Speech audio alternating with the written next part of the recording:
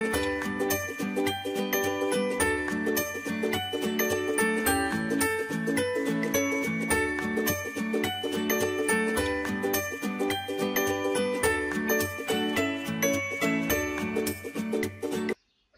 विद्यार्थी मित्रांनो, आजच्या क्लासमध्ये तुमचं स्वागत आहे। आपण आज 8वीच्या गणित विषयातील प्रकरण क्रमांक 3 घातांक आणि घनमूळ या प्रकरणातील सराव संच 3.1 साठी अभ्यास करणार आहोत।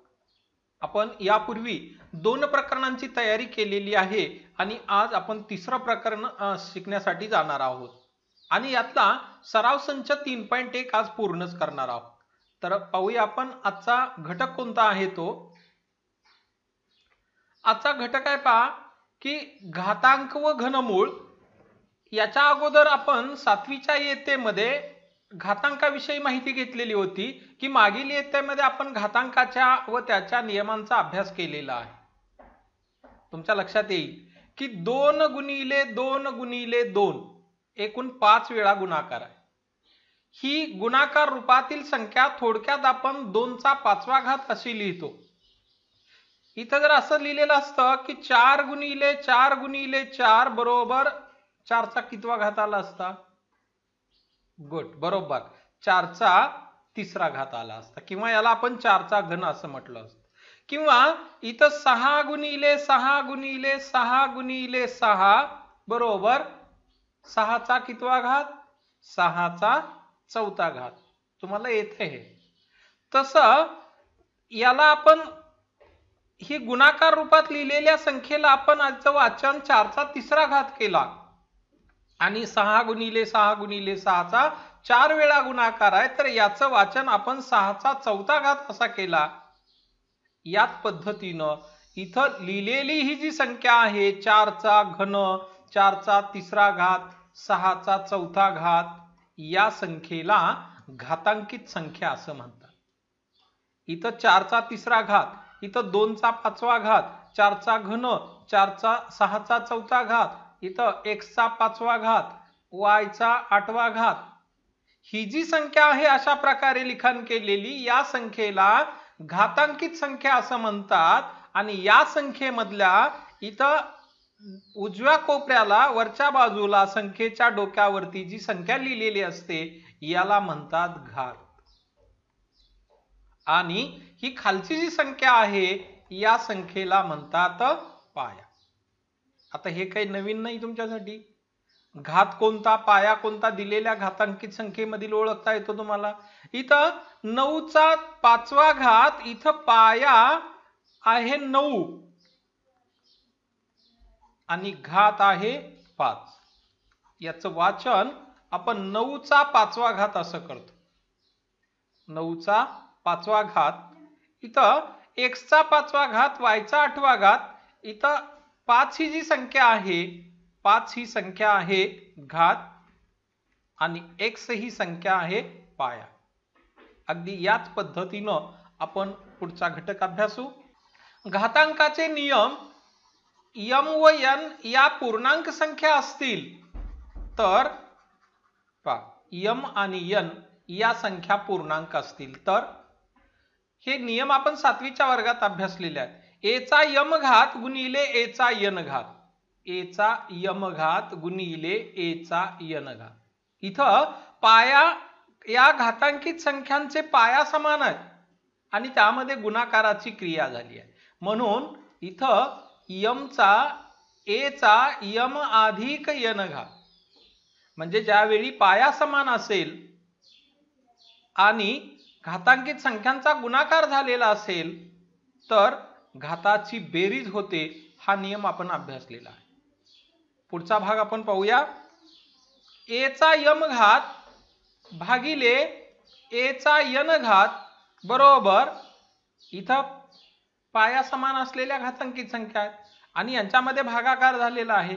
ज्यावेळी गुणाकार झालेला असेल त्यावेळी घाताची बेरीज होते आणि ज्यावेळी भागाकार झालेला असेल त्यावेळी घाताची वजाबाकी होत असते म्हणून याला आपल्याला असं लिहिता येईल a चा m वजा n घात।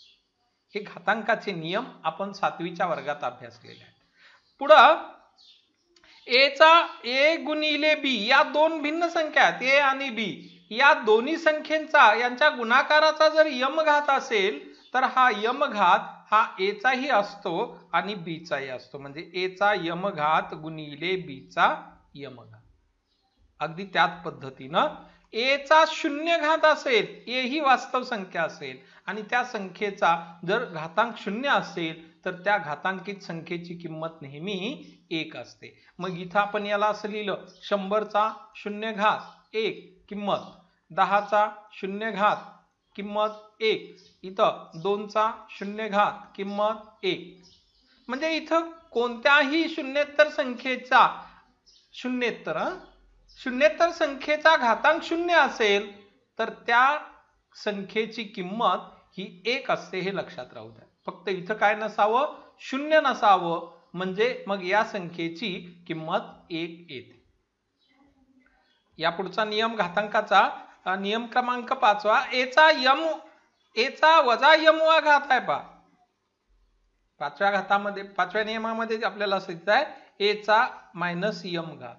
यावेळी हा घातांक a चा यम 1/a चा यम घात, म्हणजे हा घातांक जो धन होता, घात धन होता, ऋण होता, तो धन कधी झाला, ज्यावेळी आपण याला अंश 1 घेतला आणि ही संख्या छेदामध्ये लिहिली, म्हणजे याचा व्यस्त केला, त्यावेळी इथं घात धन झाला.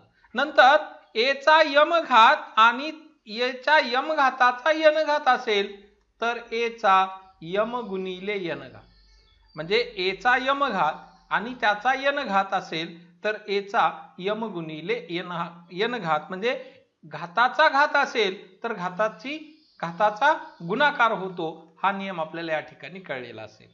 नंतर a आणि b या दोन भिन्न संख्या असतील, म्हणजे पहा a/b चा जर यम घात असेल तर हा घात तो a चाही असतो आणि b चाही असतो. मग याला आपल्याला असं लिहिता येईल a चा यम घात छेद b चा यम घात.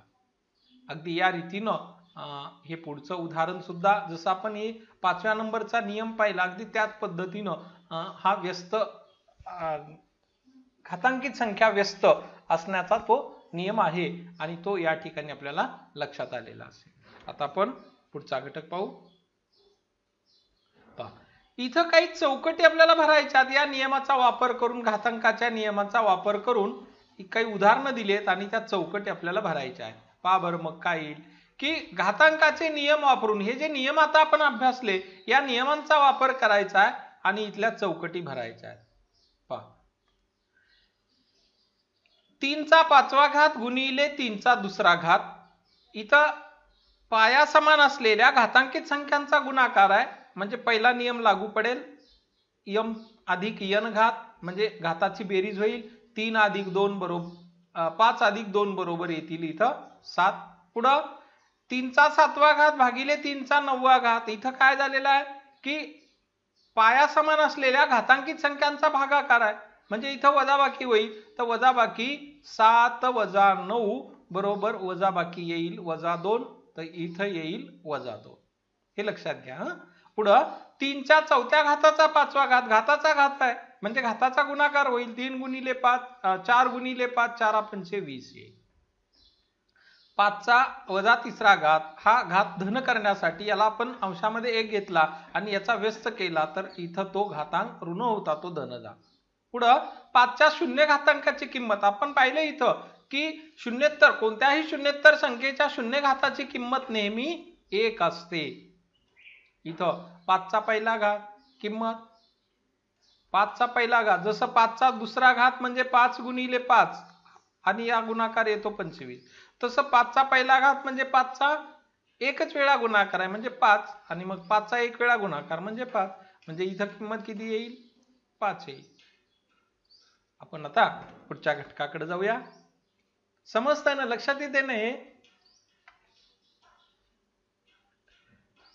आणखी एक अशा चौकटी आहेत की 5 चा 7वा 5 गुणिले 7 चा वर्ग हा 2रा घात या दोन्ही संख्येच्या गुणाकारासाठी आहे, म्हणून 5 चाही 2रा घात येतो आणि 7 चाही 2रा घात येतो. इथं 5/7 चा 3रा घात आहे, घन आहे, तर हा 3रा घात दोन्ही संख्येचा आहे, म्हणजे इथं येईल 5 आणि इथं येईल 7.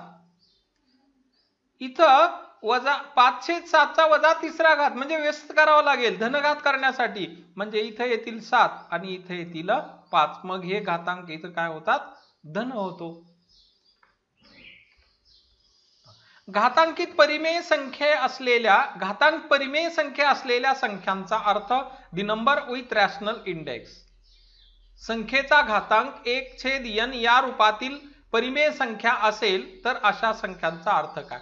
आतापर्यंत जे आपण संख्या पाहिल्या त्या सर्व संख्यांचा घातांक हा धन पूर्णांक संख्या होत्या किंवा ऋण पूर्णांक संख्या होत्या. म्हणजे a चा 5वा घात, 10 चा वजा तिसरा घात, 8 चा 6वा घात, 9 चा 4था घात. हे जे घात होते या पूर्णांक संख्या होत्या. आता अशा काही संख्या असतात की ज्यांचे घात हे 1/n या रूपामध्ये असतात, म्हणजे परिमेय संख्येच्या रूपामध्ये असतात. म्हणजे a चा 1/5वा घात, नंतर b चा 3/2रा घात, c चा 4/7वा घात. इथं हे जे घातांक आहेत हे घातांक परिमेय संख्येच्या रूपात आहेत. मग अशा संख्येचा अर्थ काय होतो हे आपल्याला आता जाणून घ्यायचं आहे. पहा, संख्येचा घातांक 1/2, संख्येचा घातांक 1/2, 1/3, 1/5 आणि 1/n या रूपातील परिमेय संख्या असेल तर त्या संख्येचा अर्थ आपण आता पाहायचा आहे. एखाद्या संख्येचा वर्ग दाखवण्यासाठी तिचा घातांक 2 लिहितात. हे माहिती की नाही. पहा, एखाद्या संख्येचा वर्ग दाखवायचा, a चा वर्ग लिहायचा आपल्याला, a चा वर्ग. तर हे लिहिताना कसं लिहू आपण, a चा वर्ग, पहा a चा वर्ग. इथं या 2 या संख्येसाठी वर्ग म्हणतो. मग तिचे वर्गमूळ दाखवण्यासाठी तिचा घातांक 1/2 लिहितात आणि मग हिचं वर्गमूळ दाखवायचं a या संख्येचं, तर हा घातांक 1/2 असा लिहितात. a चा वर्ग आणि a चे वर्गमूळ. लक्षात येत आहे का. 1/2 लिहिलं तर याचं वाचन a चे वर्गमूळ, आणि नुसता a चा ही पूर्णांकामधली संख्या 2 लिहिली तर याचा अर्थ होतो a चा वर्ग. म्हणजे याचा अर्थ पहा, a चा वर्ग आणि या संख्येचा अर्थ होतो a चे वर्गमूळ. छेदामध्ये 2 आलं म्हणजे याचं वाचन आता a चं वर्गमूळ केलं, आणि इथं अंश आणि छेदाच्या रूपात नाही, पूर्णांक संख्येच्या रूपात आहे 2, आणि मग इथं याचं वाचन a चा वर्ग. लक्षात येते का. सोपं आहे बघा. आणखी एक उदाहरण पाहू म्हणजे तुमच्या ते आणखी जास्त लवकर लक्षात येईल. आपण काय लिहिलं इथं की संख्या घेतली आपण इथं. आता याचं वाचन काय करता येईल सांगा बरं. याचं वाचन m चा 5वा घात, m चा 5वा घात. आणि मग आता ही संख्या अशी लिहिली परिमेय संख्येच्या रूपात 1/5 लिहिलं, तर मग आता याचं वाचन m चे 5वे मूळ. अंकातल्या किंवा अक्षरातल्या. इथं m चे 5वे मूळ, किंवा याला असंही लिहिता येईल की m चे 5वे मूळ. पुढे लिहू आपण b चा 4था घात, याचं वाचन b चा 4था घात. आणि आता हे असं लिहिलं तर याचं वाचन बरोबर b चे 4थे मूळ. अगदी सोपं आहे, काही अडचण येणार नाही, तुम्हाला सहजपणे सांगता येईल.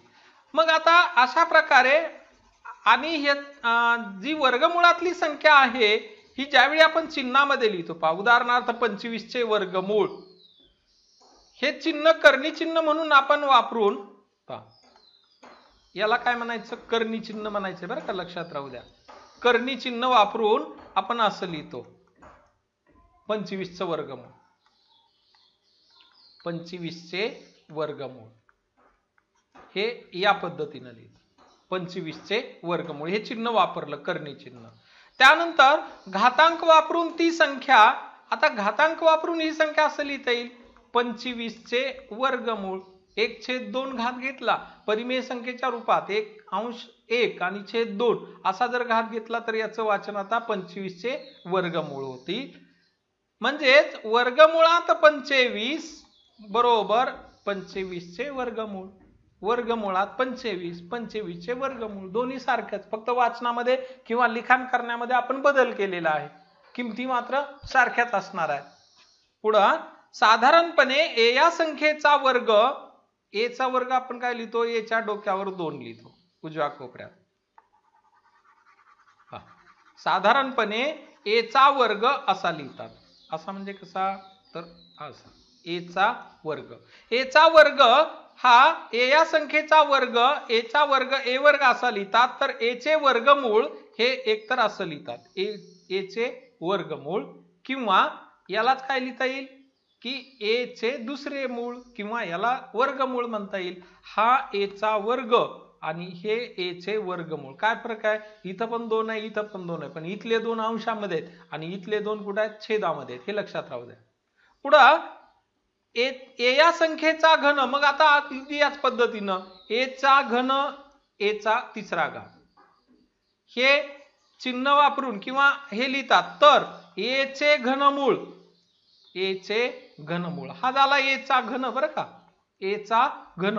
आणि ए चं घनमूळ हे असं लिहितात, घनमुळात ए. इथं 3 लिहिलं जातं आणि इथं ए लिहिलं जातं. इथं वर्गमुळात 2 लिहिलं काय किंवा नाही लिहिलं काय, वाचन मात्र आपण वर्गमूळच करतो. पण घनमूळ असेल तर मग मात्र या चिन्हाच्या मध्ये इथं 3 संख्या लिहावी लागते, तरच हे घनमूळ होईल. जर तुम्ही इथं नाही लिहिलं तर ते वर्गमूळ वाचावं लागेल. म्हणून ए चे घनमूळ हे या पद्धतीने लिहितात. किंवा ही दुसरी लिहिण्याची पद्धत, ए चे घनमूळ किंवा ए चे तिसरे मूळ. छेदामध्ये 3 लिहिले की ते तिसरं मूळ झालं, छेदामध्ये 2 असलं की दुसरं मूळ असं. पण अंशामध्ये मात्र 1 पाहिजे, लक्षात घ्या. अंश दुसरा असून चालत नाही. अंशामध्ये 1, छेदामध्ये 3 ते झालं त्या संख्येचं घनमूळ. अंशामध्ये 1, छेदामध्ये 2 ते झालं त्या संख्येचं वर्गमूळ. अंशामध्ये 1, छेदामध्ये 5 ते झालं त्या संख्येचं 5वे मूळ.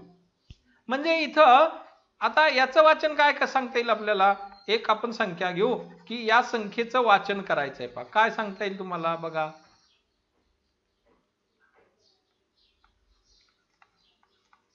याचं वाचन सांगता येईल का, सांगता येईल ना. काय, बी चे चौथे मूळ. गुड, बी चे चौथे मूळ. नंतर इथं यम चा 1/5 आपण परिमेय संख्येच्या रूपामध्ये. आता याचं वाचन काय सांगता येईल, सांगता येईल. वा, यम चे 5वे मूळ. बरोबर. या पद्धतीनं आपण संख्याचं लिखाण किंवा वाचन करत असतो. अतिशय सोपा असणारा हा भाग आपण या ठिकाणी पाहिला.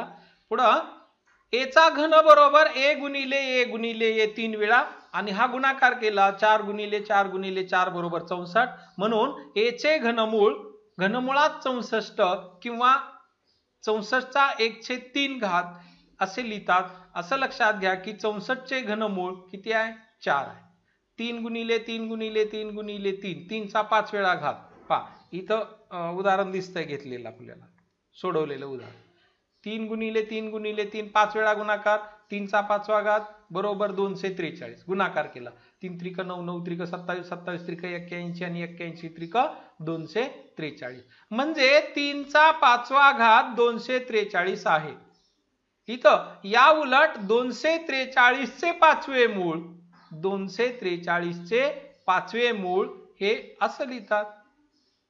किंवा 5व्या मुळात 243. पहा आपण याच्या अगोदर पाहिलं ना की तिसऱ्या मुळात, चौथ्या मुळात, मग हे इथं जर 5 लिहिलं तर याचं वाचन 5व्या मुळात 243. इथं जर आपण 6 लिहिलं तर 6व्या मुळात 12. इथं आपण 7 लिहिले 7व्या मुळात 18. हे वाचन 5व्या मुळात 243, 6व्या मुळात 12, 7व्या मुळात 18. किंवा 243 चे 5वे मूळ, 12 चे 6वे मूळ, 18 चे 7वे मूळ. अशा पद्धतीनं या संख्यांचं वाचन करता येईल. आता तुम्हाला सराव संच 3.1 सोडवता येईल. बघा, सराव संच 3.1 घातांक वापरून पुढील संख्या लिहा. 13 चे 5वे मूळ ही संख्या लिहायची आहे. काय 13चे 5वे मूळ. काय येईल 13चे 5वे मूळ. इथं 9चे 6वे मूळ.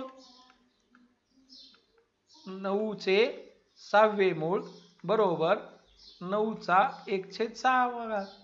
1/6 घात. नंतर 256चे वर्गमूळ. 256चं वर्गमूळ हे चिन्हामध्ये लिहायचं आहे. तर काय लिहिता येईल वर्गमुळात 256 असं लिहिलं तरी बरोबर आहे बरं काय. किंवा याला असं लिहिता येईल 256चे वर्गमूळ. याला चिन्हामध्ये आणखी असं लिहिता येईल की 13चे 5वे मूळ किंवा 5व्या मुळात 13. याला असं लिहिता येईल की 6व्या मुळात 9. दोन पद्धतीने आपल्याला हे लिखाण करता येणार आहे. आता बाकीचे तुम्हाला हे लिहिता येणार 100चे 8वे मूळ 30चे 7वे मूळ लिहिता येईल का नाही. अतिशय सोपा असा सराव संच आहे हा. खालील घातांकित संख्या कोणत्या संख्येचे कितवे मूळ आहे ते लिहा. 81चे असं संख्या आहे पहा. आता याचं वाचन काय करायचं आहे 81.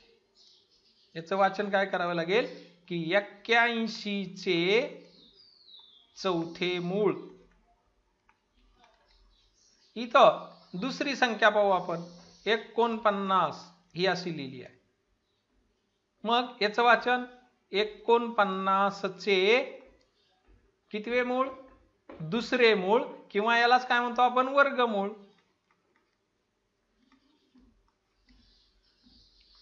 पण चौथी संख्या पाहू. ही संख्या अशी लिहिली आहे. याचं वाचन 512चे कितवे मूळ सांगा गुड 9वे मूळ. इथं 100चे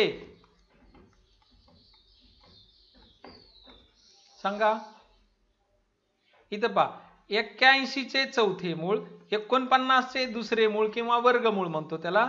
512चे 9वे मूळ आणि मग आता 100चे कितवे मूळ 19वे मूळ बरोबर 100चे 19वे मूळ.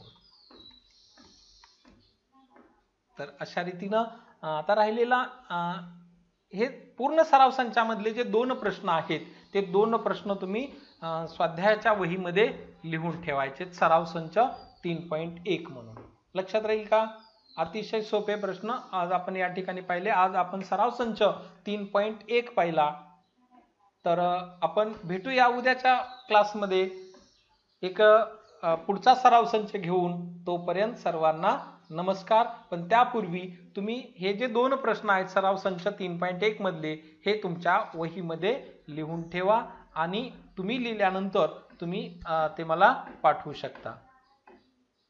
भेटूया आपण उद्याच्या क्लासमध्ये. तोपर्यंत सर्वांना नमस्कार.